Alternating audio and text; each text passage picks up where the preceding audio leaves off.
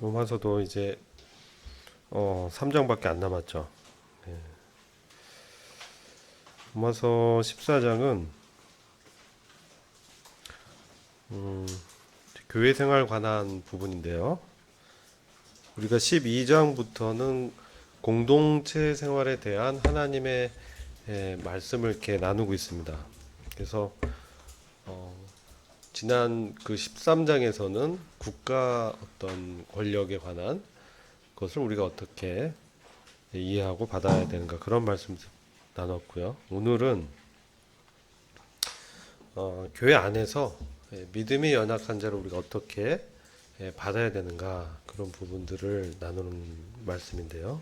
아마 분반 시간 때 충분히 이 내용에 대해서 교제가 됐으리라 생각이 됩니다.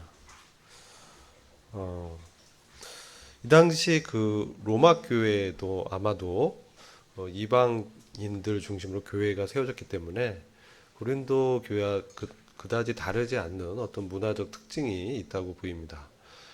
우리가 고린도전서 8장과 10장을 이렇게 쭉 보다 보면 우상에게 바쳐진 제물을 먹는 부분에 대한 이런 문제가 있었습니다. 그래서 그 음식을 먹는 것이 맞냐, 안 먹는 것이 맞냐, 뭐 이러한 부분들이 교회에도 좀 이슈가 되고 논쟁도 됐던 것 같아요.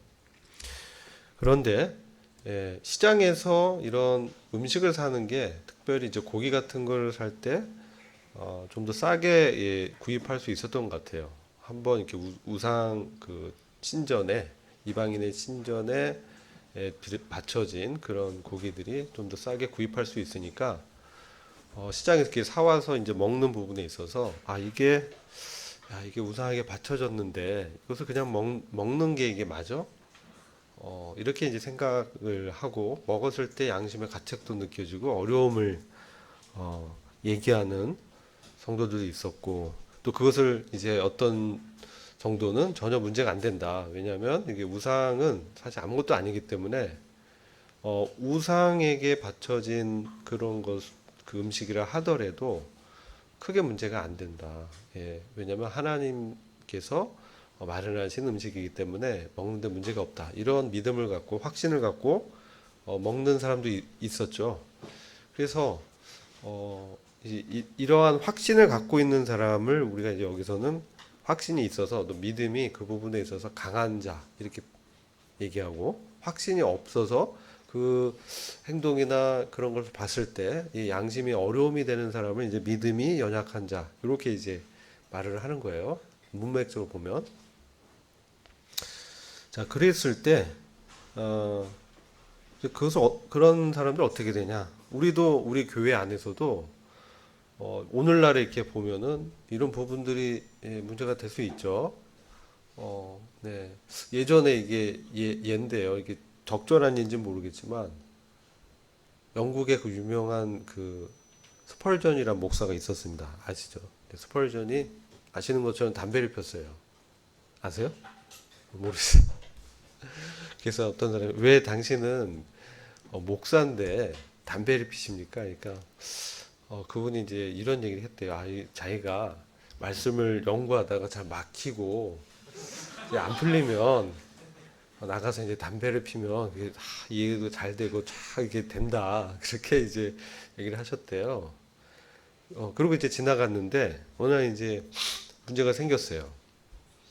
어떤 중학교에서 어떤 학생이 담배를 피다 걸린 거예요. 그래서 야, 너 왜 담배를 피냐 했더니 그 유명한 스펄전 목사님도 담배를 피는데요. 이게 뭐가 문제예요? 뭐 이렇게 됐어요. 근데 그 소식이 스펄전 목사 들었대요. 어떻게 했겠어요? 담배를 끊게 됐대요. 뭐 그런 예들도 있고 뭐술 마시는 부분이라든지 여러 요즘 시대에 우리가 생활 속에서도 이게 술 마시는 게 맞아? 안 맞아? 뭐 술을 마시지 말라는 건 없잖아. 그렇죠? 없어요. 그렇죠? 술 마시지 말라 이런 말은 없어요. 그러니까 어떤 분이 술 취하지 말라는 말씀이 있지. 술은 마셔도 되는 거 아니야? 여러 가지 어, 이야기들이 있죠. 그러면 뭐 그런 거 한 잔 정도 이렇게 받는 게 뭐가 문제야? 라고 이제 받는 거. 그죠? 난 양심에 전혀 가책이 없어. 난 확신이 있어. 이거 나 여기 흔들리지 않아. 근데 어떤 사람은 어떻습니까? 저 형제가 딱 걸렸어. 어떤 그 술 마시는 장면을 걸렸어. 어떤 자매님이 봤어. 근데 아니 A 교회 형제가 저기 말이야. 저렇게 술 마신단 말이야. 그럼 어떻게 되겠어요? 또 판단이 막 일어난다는 거지. 이런 부분들이 있다는 거예요. 교회 안에서. 이렇게 이런 상태에 됐을 때 특별히 여기서는 음식을 먹는 문제, 특히 우상에 바쳐진 그러한 제사 음식을 먹는 것을 어려워하는 사람들이 있을 때 우리가 어떻게 해야 되냐? 그 의심하는 바를 어떻게 해야 돼요? 비판하지 말라 이렇게 말씀하죠. 비판하지 말라. 왜냐? 3절 보면 이는 하나님이 저를 받으셨다. 하나님이 그를 받으셨기 때문에 믿음이 연약한 성도의 의심하는 바를 판단하지 말아라. 이렇게 말씀을 하고 있습니다. 그래서 우리가 교회 안에서 내 기준으로 내가 봤을 때 좀 어려움이 되는 어떤 행동이나 이런 걸 하는 그런 것을 이제 판단하지 말고 이제 이런 거예요. 근데 그 사실이 성경에 명확하게 아니라고 하면 안 된다. 뭐 이런 부분을 말하는 게 아니고요. 여기서는 약간의 회색지대에 있는 부분이에요. 그러니까 뭐라고 하지 말라고 금지하는 건 없는데 여러 가지 상황이나 이런 거 봤을 때는 문화라든지 이런 걸 봤을 때는 어려움이 이제 될 수 있는 것이죠. 예를 들어 독일에서는 뭐예요? 맥주가 음료잖아요. 왜? 그 물이 석회수가 많아서 물이 오히려 물보다 그래서 맥주를 통해서 뭐 음료를 한다 뭐 이런 얘기도 있잖아요. 근데 그런 부분은 어떤 그 나라의 문화나 정서에 따라서 약간 이렇게 다르다는 거죠. 그래서 이런 부분을 봤을 때 그걸로 인해서 어떤 마음의 확신이 없이 흔들리는 이런 사람들 그리고 의심하는 사람들을 어떻게 해야 되냐? 받으라는 거예요. 받으라. 판단하지 말라는 거죠. 우리가 이제 분별하고 이건 잘못했다 내 마음 안에서 생각이 될 수 있어요. 그게 안 되는 사람은 없을 거예요. 근데 그럴 때 이제 더 나가서 비방하고 비난하고 그를 마치 잘못하고 저러면 안 된다라고 막 다른 사람한테도 얘기하고 이러지 말라는 것이죠. 왜냐하면 그거가 본질적인 어떤 믿음의 문제가 아니기 때문에 그래요. 본질적으로 어떤 이단적인 그런 것도 아니고 이 말씀에서 하지 말라고 금한 것도 아니고 그런 부분에 있어서는 우리가 그런 부분을 의심하고 판단해서 안 된다. 왜? 그것은 우리의 주인이 하나님이기 때문에 그렇다는 거죠. 하나님이 주인이신 그 종이죠. 우리가 뭐 하나님 주인 우리가 종이라고 표현하잖아요. 하나님 자녀라고도 표현하고 하는데 주인이신 하나님께서 그를 세우는 권능이 있기 때문에 그렇다는 거예요. 그래서 오늘 이 14장의 전체 가장 중요한 주제는요. 교회의 덕을 세우는 부분입니다. 교회의 덕을 세우는 거. 그리고 그것을 심지어 하나님의 일이라고 말씀하고 있어요. 그리고 이게 하나님의 나라에 관한 부분인데 그러면 하나님의 나라가 뭐냐? 하나님이 통치하는 영역이죠. 그래서 우리가 하나님의 나라는 하나님의 왕국이라고 합니다. 바실레이아 왕국이라고 하는데 하나님의 왕국은 사실 구약 성경에서는 메시아 왕국이라고 칭해졌고요. 이것이 눈에 보이는 영적인 어떤 나라로 이미 그리스도 안에서 우리에게 임했습니다. 그리고 이것이 이 땅에 보여지는 가시화되는 왕국은 천년 왕국으로 나타날 것입니다. 그리고 지금은 복음을 받고 구원을 얻은 우리 교회 성도들은 그리스도 안에서 바로 하나님의 통치 안에 들어왔기 때문에 이미 이 왕국은 시작이 된 겁니다. 영적으로 보이지 않지만 이미 시작됐어요. 그래서 하나님의 왕국에 있어서 하나님의 일이 뭐냐? 우리가 하나님의 일이라고 얘기할 수 있는 것을 여러 가지 있겠지만 특별히 여기서는 21절에 식물을 인하여 하나님의 사업을 무너지게 말라 이렇게 얘기하죠. 그래서 하나님의 사업, 하나님이 지금 관심을 두고 있는 어떤 일이라는 것이죠. 그것은 뭐냐? 전 문맥으로 보면 교회 안에 이 형제 자매들을 세우는 부분이에요. 교회 공동체에 관한 얘기예요. 그래서 지체들을 덕을 세운다고 합니다. 덕을 세우는 거. 이 부분입니다. 그래서 그것에 그 덕을 세우는 권능이 하나님께 있다는 거예요. 그리고 그것을 우리의 어떤 자원과 노력으로 하는 것을 말하는 게 아니에요. 여러분 15장 가면요. 1절 보면요. 우리 강한 자가라고 표현해요. 우리 강한 자가. 14장 1절은 믿음이 연약한 자. 또 15장 1절에서는 강한 자가 있어요. 믿음이 강한 자가 있어요. 여러분 내가 더 믿으려고 막 노력하고 막 애쓰는 게 지금 믿음이 강하다고 얘기할 수 있는 거예요? 뭐가 믿음이 강하고 약한 거예요? 이런 정의가 좀 분명해야 되겠죠. 믿음이 뭐냐? 믿음은 이제 내가 어떤 믿음의 대상, 우리 주 예수 그리스도에 대해서, 하나님에 대해서 전적으로 의존하는 거잖아요. 그죠? 그분께 내 인생을 의탁하는 거잖아요. 그게 믿음이잖아요. 신뢰하고 맡기는 거. 그렇죠? 그럼 여러분 내가 내 자신의 어떤 가능성이나 노력이나 어떤 지킴으로 하나님이 원하신 어떤 의라든지 거룩이라든지 이런 기준을 맞출 수 있는 사람이 없죠. 없습니다.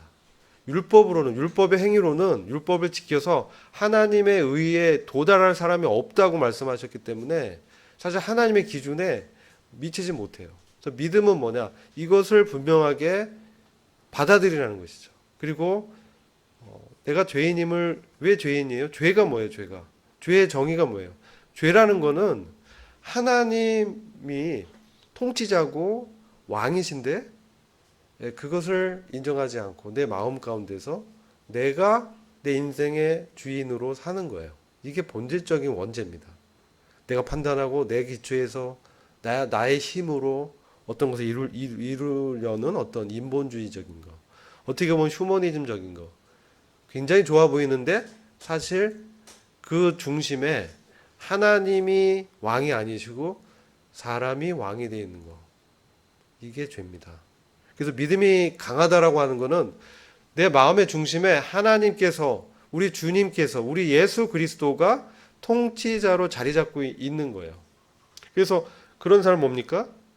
나에게는 어떠한 가능성이 없고 죄성이 있기 때문에 내가 무엇을 내 힘과 자원으로 할 수 없다고 하나님 앞에 고백을 하고 돌이키면서 하나님을 내 인생의 통치자로 받아들이는 것이죠. 그리고 그 영역이 점점 넓어지고 내 인생의 모든 영역에서 하나님께 주권을 내어드리는, 그래서 하나님이 성령으로 말미암아 특별히 여기는 하나님의 나라는, 하나님의 왕국은 성령 안에서 의와 화평과 희락이다 이렇게 말씀하잖아요. 성령 안에서, 이게 뭡니까? 성령 안에서 성령의 주권에 순종하는 것을 얘기하는 거예요. 성령의 인도함에 내 몸을 드리는 거예요. 성령 안에서. 반대는 뭡니까? 육신 안에 있는 거예요. 성령님이 뭐라고 이렇게 얘기해도 안 듣는 것이죠. 생명이 없어서 안 듣는 거, 이것은 뭡니까? 완전히 그 육신 안에, 육신으로 사는 사람, 구원받지 않은 사람이 있고, 구원 받았는데도 불구하고 내 생각대로 사는 것을 뭐라고 해요? 육신적인 크리스찬이라고 하죠. 그래서 믿음이 강하다는 것은 내가 뭔가를 노력하고 나의 신념으로 하는 게 아니에요. 믿음과 신념은 다르죠. 나의 신념으로 하는 게 아니라 하나님의 말씀에 기초를 두고 내 인생을 주님께 의탁하는, 그래서 내 안에 말씀하는 성령님의 음성을 들으려고 하는, 나의 어떤 가능성보다 하나님의 주권과 그 통치와 가능성을 더 신뢰하는, 그게 이제 믿음이 강한 거죠.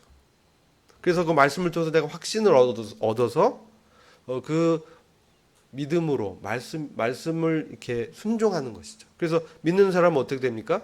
순종하게 되는 거예요. 열매로. 그래서 근데 그 믿음의 주요 온전케 하시는 것은 예수 그리스도입니다. 그래서 믿음을 우리한테 주시고 그것을 완성하고 성장시키고 자라게 하고 강하게 하도록 하는 것은 성령님 안에서 성령께서 그리스도를 우리한테 계시해 주시고 그리스도의 말씀을 깨닫게 해 주시고 그리스도의 음성을 듣게 이제 하시는 것이죠. 그럴 때 나는 어떻습니까?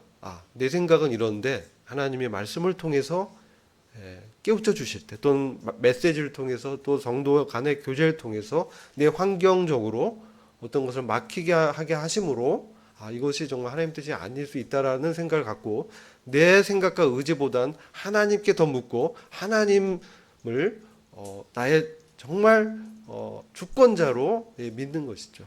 의탁하는 것이죠. 그렇기 때문에 교회 안에서 하나님의 통치가 바로 이미 시작됐고 그런 관점에서 하나님의 이 일은 무엇이냐? 바로 하나님의 가장 관심이 있는 하나님의 성전인 하나님의 성전, 성령이 거하는 전인 바로 성도들이 하나님의 말씀대로 순종하면서 서로 이렇게 세워주는 것이죠. 서로 사랑으로 권하고 그래서 우리가 이런 교회에 덕을 세우는 일에 있어서 나의 어떤 인본적인 자원 그것이 아니라 하나님의 성령을 통해서 기도를 통해서 말씀을 통해서 내 안에 믿음이 오고 확신을 가진 그것으로 그 인도함에 따라서 순종하는 것이죠. 그럴 때 성도가 이제 세워지는데 그럴 때 뭡니까? 이게 나의 권능이 아니고 나의 어떤 힘 이런 것이 아니라 하나님의 전적인 은혜라는 겁니다. 그래서 하나님의 전적인 은혜를 인식하는 사람은 바로 하나님 앞에 전적으로 굴복하고 나의 주요 나의 하나님이라고 고백하게 되는 것이죠. 그래서 이 믿음이라는 것은 개인적인 거예요. 그래서 인격적으로 내가 하나님과 대면해서 내 인생의 어려움 가운데 고난 가운데 시험 가운데서 바로 하나님을 대면해서 그분께 내 인생을 전적으로 드리게 되는 그러한 마음이 이제 분명해지는 것이죠. 왜? 내가 아무리 해도 안 되는 것을 너무 잘 알기 때문에. 그래서 하나님께 드리고 하나님의 뜻을 구하는 것이다. 그렇기 때문에 우리가 그렇게 연약하다고 보여지는 그런 지체들을 어떻게 해요? 비판하면 절대로 안 되는 것이죠.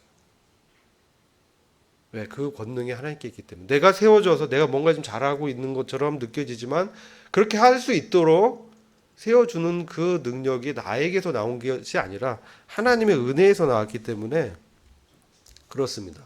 근데 이 실패한 사람의 사례를 좀 말씀드리면 모세와 아론이에요. 민수기 20장 12절 보면 이게 아주 우리가 이 부분을 잘 봐야 돼요. 특별히 교회 일꾼이라든지 인도자라든지 앞서서 사역을 이제 하려고 하는 청년들이 있다면 이 부분을 잘 받아야 돼요. 민수기 20장 12절을 보면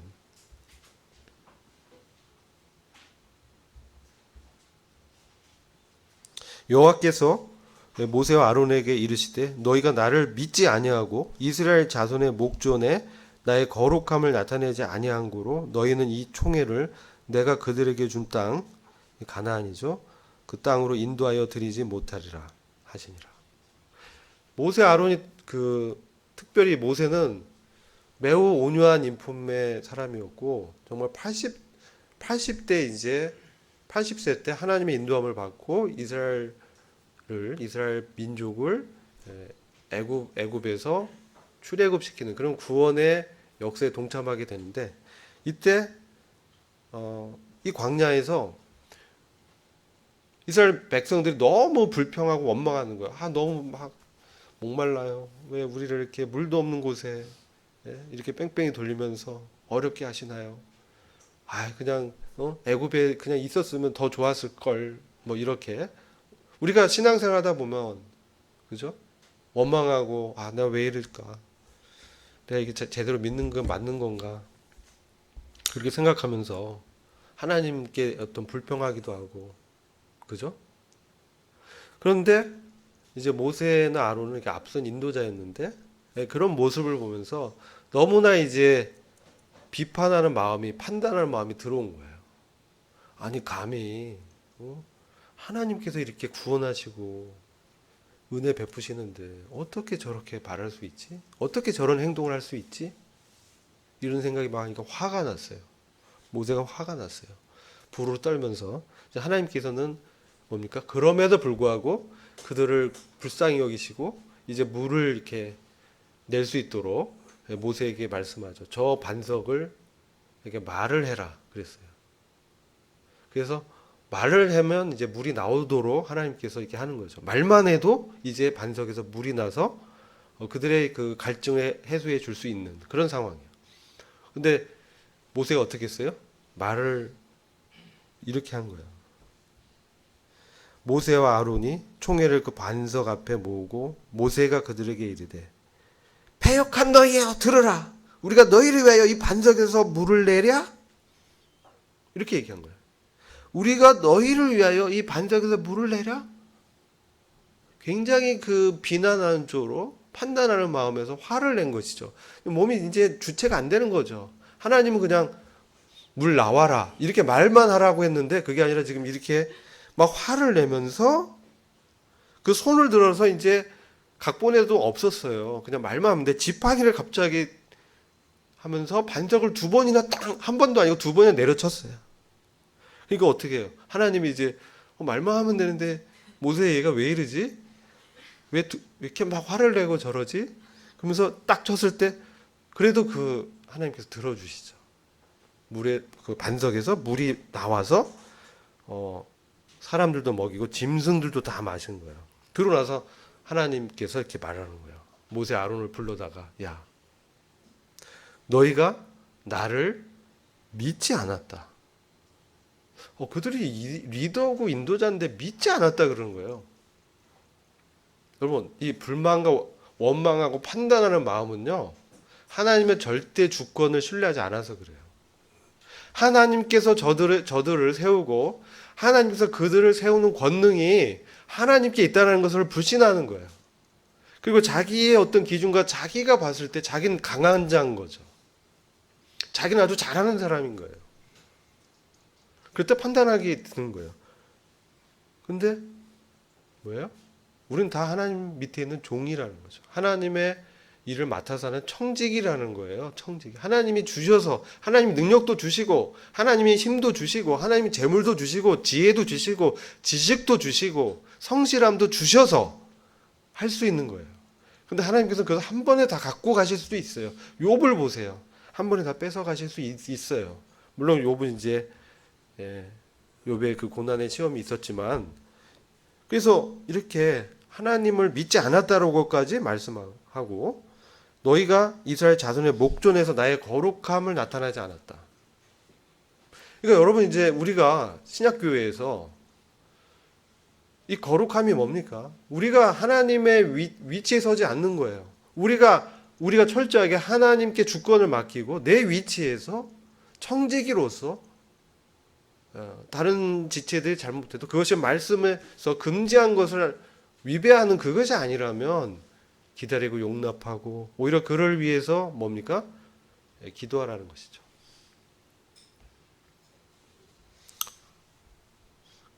이게 중요한 겁니다. 여러분들이 특별히 앞서서 인도하는 일꾼들이 이런 유혹에 많이 넘어지고 저도 많이 넘어졌어요. 근데 철저하게 주님이 깨닫게 하는 것은 정말 너가 하는 것은 네가 잘하는 게 아니고 철저하게 하나님의 은혜다. 이것을 깨닫게 돼요. 나의 모든 자원, 이 모든 것이 하나님의 은혜로 되는 것이지. 그렇게 생각하지 않는다면 그렇게 생각할 수 있을 때까지 하나님이 다루시는 거예요. 근데 그 다루시는 건 사람마다 다른 거죠. 그래서 이런 부분들을 여러분들이 중요하고요. 5절 보시면 이제 로마서 14장 5절 보시면 거기 혹은 이 날을 전날보다 낮게 여기고 혹은 모든 날을 같게 여기나니 각각 자기 마음에 확정할지니라. 이게 중요합니다. 왜냐하면 이게 그냥 여러분들이 그냥 읽고 넘어갈 수 있는데 각각 자기 마음에 확정하라. 이 말은 뭐냐면 어떤 날을 중히 여기고 그렇죠. 예를 들어 유대인들은 유월절 막 중히 여기잖아요. 또 어떤 사람은 뭐 장막절을 중요 여기고 어떤 규례 정한 이런 걸 중요 여기고 이게 더 나아라고 그렇게 막 각자가 마음에서 어떤 부담이 되고 중요하게 생각하는 것들이 있을 수 있다는 거죠. 근데 이게 뭐냐면 여기서는 뭐 이런 것들 사실 하나님 앞에서 어떤 뭐가 이게 명령은 아니지만 내 마음에 각각 하나님과 관계 속에서 마음에 확정하라는 거예요. 이것은 그냥 어떤 사람이 이게 맞아라고 하는 그런 것이 아니고 내가 정말 하나님 앞에서 하나님의 말씀을 대면하면서 개인적으로 하나님과 관계 속에서 마음의 확신을 가지라는 거예요. 제일 먼저 뭐겠어요? 그게 구원이죠.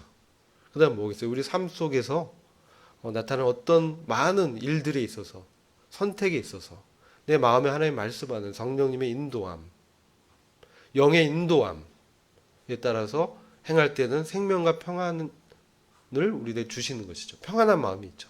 그래서 여기 보면 우리가 하나님의 왕국의 가장 중요한 하나님의 사업인 지체들을 세우는 데 있어서 리소스가 뭐냐? 그게 17절이에요.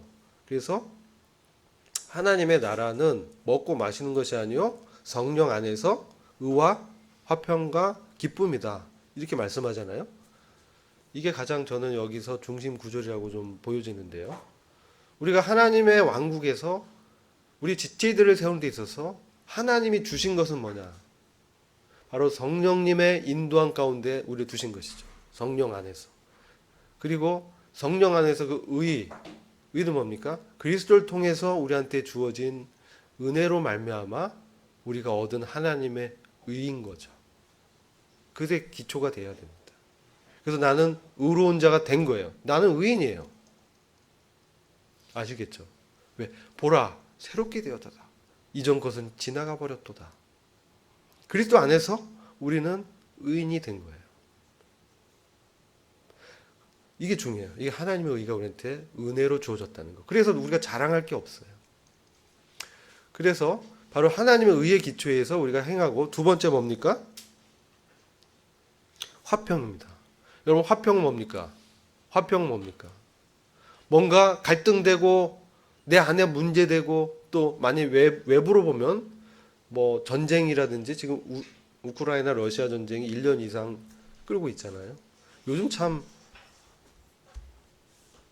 우리가 살다 보니까 이런 날도 있네요. 그 전쟁이 매일 나와요. 여러분 이게 지금 이게 꿈인지 진짜인지. 근데 진짜죠. 지금 죽은 사람이 몇십만 명 돼요.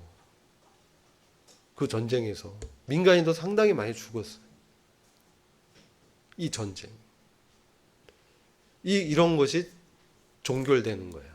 그러면 화평이 오죠.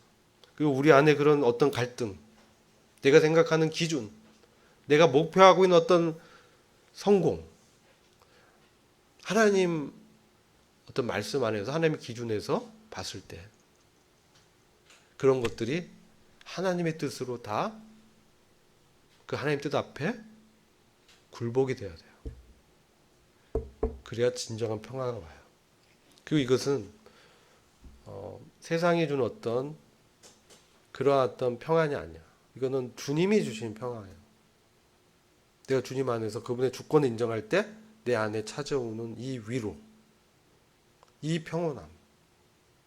주변은 막 시끄럽고 나를 갈등하게 만드는 요소들이 많고 나를 화나게 하고 때로는 나도 막 같이 막 이렇게 흥분하기도 하지만 돌이켜서 다시 주님의 그 은혜와 내 주권자가 누구인가 이걸 생각했을 때 내 안에 밀려오는 그 참 평안. 그리고 기쁨. 여러분 기쁨은 사실 쾌락이 아니죠. 그죠? 그 하나님이 주시는 기쁨이에요.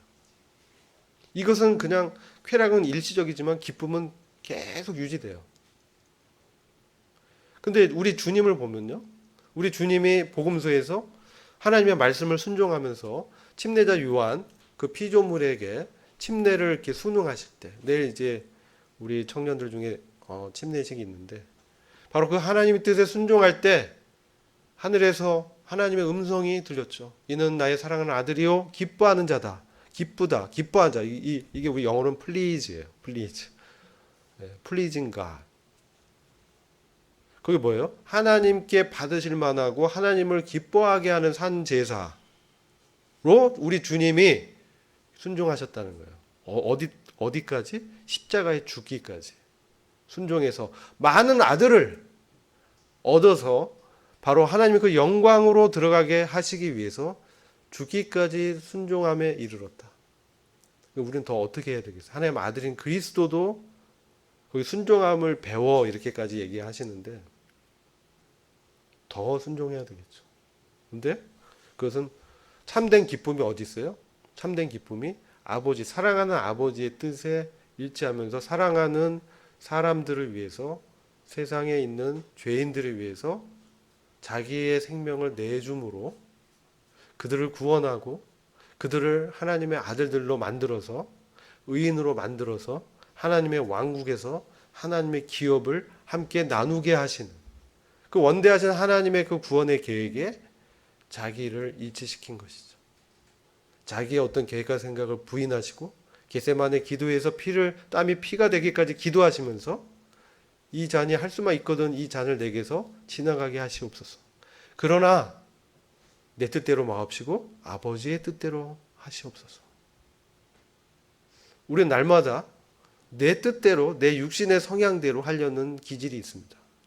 그때마다 우리는 날마다 주님의 이 기도를 기억해야 되는 것이죠. 그리고 우리 주님이 히브리서 12장 2절을 보면 십자가에서 그 수치를 드러내셨지만 그죠? 그 기쁨 때문에 멀리서 이제 소망이죠. 이제 이 십자가의 죽음과 이후의 부활의 사건을 통해서 또 성령님을 보내셔서 많은 하나님의 아들들을 얻는다는 그 기쁨. 이것을 생각할 때에 그 수치를 부끄럽게 여기지 않았다는 거예요. 우리가 주님의 이러한 마음을 정말 안다면, 그리고 우리 세상에서 정말 나를 정말 그 무시하고 나를 이렇게 짓밟고 올라가려는 그런 세상의 어떤 가치관들이 있어요. 그죠? 양육강식 그렇잖아요. 어떤 그 부족한 자원 때문에 발생하는 부의 불균등한 분배, 뭐 이런 것들, 그리고 부당한 처우, 그죠? 그리고 크리스찬으로서의 어떤 소외감, 이런 모든 것들을 이런 수치스럽고 내가 기대하지 않은, 내가 세상에서 잘 나갈 수 있고 성공할 수 있는 이걸 다 내려놓고 어떻습니까? 바로 그 주님의 그 뜻에 나의 뜻을 일치시키는 거죠. 그래서 참된 기쁨이 오게 되는 것입니다. 그래서 이사야서 또 53장을 가면 거기서 우리 아버지께서 아들을 들이시는 것을 기뻐하셨다. 플리징 갓. 그래서 아들을 그 상하게 하고 아들이 모욕받고 아들이 얼굴 맞고 막 피 터지고 멍드는 이런 것들을 우리 하나님 아버지께서 기뻐하셨어요. 왜? 바로 아까 그런 말씀 때문에 이사야서 53장 10절 보면 이렇게 말씀해요. 그러나 여호와께서 그가 상함 받는 것을 기뻐하사 고통을 받게 하셨은즉 주께서 그의 혼을 죄로 인한 제물로 삼으실 때에 그가 자기 씨를 보며 자기 날들을 길게 할 것이요 또 주의 기뻐하시는 일이 그의 손에서 형통할 것이며. 그러니까 주님이 정말 기뻐하는 일은요 자기 부인과 희생을 통해서 나타나는 거예요. 그게 하나의 미랄이 땅에 떨어져서 열매를 많이 맺게 하시는 그런 하나님의 영적 원리예요. 그래서 우리가 교회 안에서 덕을 세고 지체들을 도울 때는 이러한 자기 부인과 희생이 수반돼요. 그런데요, 믿음이 강하다는 건 뭐냐면 그것을 하는 거예요. 더 남이 세워지고 잘 되게 하는 거예요. 왜요? 그게 자기의 진짜 기쁨이에요. 그게 하나님이 정말 기뻐한다라는 것을 알기 때문에 그래요. 내 육신은 어떻게 해요? 힘들지만 하나님이 정말 기뻐하시고 그것이 하나님께 드려지는 받으실만 하고 기뻐하시는 산제사인 거죠. 그래서 그러한 예배자의 삶을 사는 것이죠. 그럴 때 교회의 덕이 이렇게 같이 세워지는 것입니다. 그리고 그때 내 안에 참된 평화가 있고요. 그 기초는 예수 그리스도가 나의 의가 되신다는 거죠. 나의 어떤 의가 아니고 바로 그리스도가 나의 의가 되었을 때 주님의 성령을 한량없이 부어주시고 주님의 그 마음을 이제 아는 것이죠. 여러분 주님의 마음은요 이런 거예요. 민수기 6장 24절에 보시면 이렇게 말씀하세요. 여호와는 너에게 복을 주시고 너를 지키시기를 원하며 여호와는 그 얼굴로 너에게 비추사 은혜 베푸시기를 원하며 여호와는 그 얼굴을 너에게로 향하여 드사 평강 주시기를 원하노라. 아멘. 바로 우리 주님 아버지 하나님은요 삼위일체 하나님으로 우리에게 복을 주시고 우리에게 은혜를 베푸시고 우리에게 평강 주시기를 원하시기 때문에 우리 이 땅에서 우리 육체 가운데 교회를 이 하나님의 원대한 이 구원의 프로젝트인 하나님의 이 왕국에서 이 교회로 우리가 서로 격려하고 세우고 사랑하면서 일을 할 수 있도록 우리에게 사랑을 베푸시고 말씀하시고 날마다 인도하시는 것이죠. 그래서 22절 23절 보시면 너에게 있는 믿음을 하나님 앞에 스스로 가지고 있으라. 자기의 옳다 하는 바로 자기를 책하지 아니하는 자는 복이 있도다. 의심하고 먹는 자는 정죄되었나니 이는 믿음으로 쫓아하지 아니한 연고라. 믿음으로 쫓아하지 아니하는 모든 것이 죄니라. 믿음을 통해서 하지 않는 것은 다 죄라는 거예요. 구약 시대에 말씀을 어기고 외적으로 말씀 위배한 게 죄죠. 율법 어기는 거. 신약에서는요 믿음으로 하지 않는 것이 죄예요. 일단 믿지 않는 것도 죄고 우리가 행할 때 믿음 뭐예요? 하나님께 의존하면서 하나님을 통해서 그 성령의 인도함을 받아서 하지 않고 내 육신의 것대로 하는 이 모든 것이 사실은 죄라는 거예요. 그래서 우리는 정말 하나님 앞에서 겸손하게 그분의 뜻을 먼저 구하고 그분과 일치된 삶을 살기를 추구하고 그분의 나라와 그분의 의와 영광을 먼저 구해야 되는 것이죠. 그러할 때 이제 교회가 아름답게 이제 세워지는 것이고 그런 믿음으로 할 때 내가 지금 어떤 지체든 세상에서 어떤 사람이든 구도자를 위해서든 성도를 위해서든 내가 그런 희생적인 정신으로 내 육신을 부인하면서 하나님의 성령을 따라서 몸을 드릴 때 그 자기 안에 마음에 확신을 갖고 하라는 거예요. 그랬을 때 그렇게 행하는 자는 복이 있다라는 것이죠. 저와 여러분이 이러한 하나님 복을 누리면서 교회의 덕을 함께 세우는 영원한 동지입니다. 그것을 기억하시기 바랍니다. 기도하고 마치겠습니다. 아버지 하나님 감사합니다. 오늘 또 말씀을 통해서 하나님의 가족인 저희들이 서로 격려하고 사랑을 베푸고 세우는 일에 주님이 생명을 들이신 것처럼 저희가 그 일에 동참하기 원합니다. 저희를 축복하시고 하나님의 은혜와 복과 평강을 참 한량없이 부어주시는 그 하나님의 마음을 생각하게 됩니다. 참으로 감사를 드리었고 주 예수 그리스도의 존귀하신 이름으로 기도했습니다.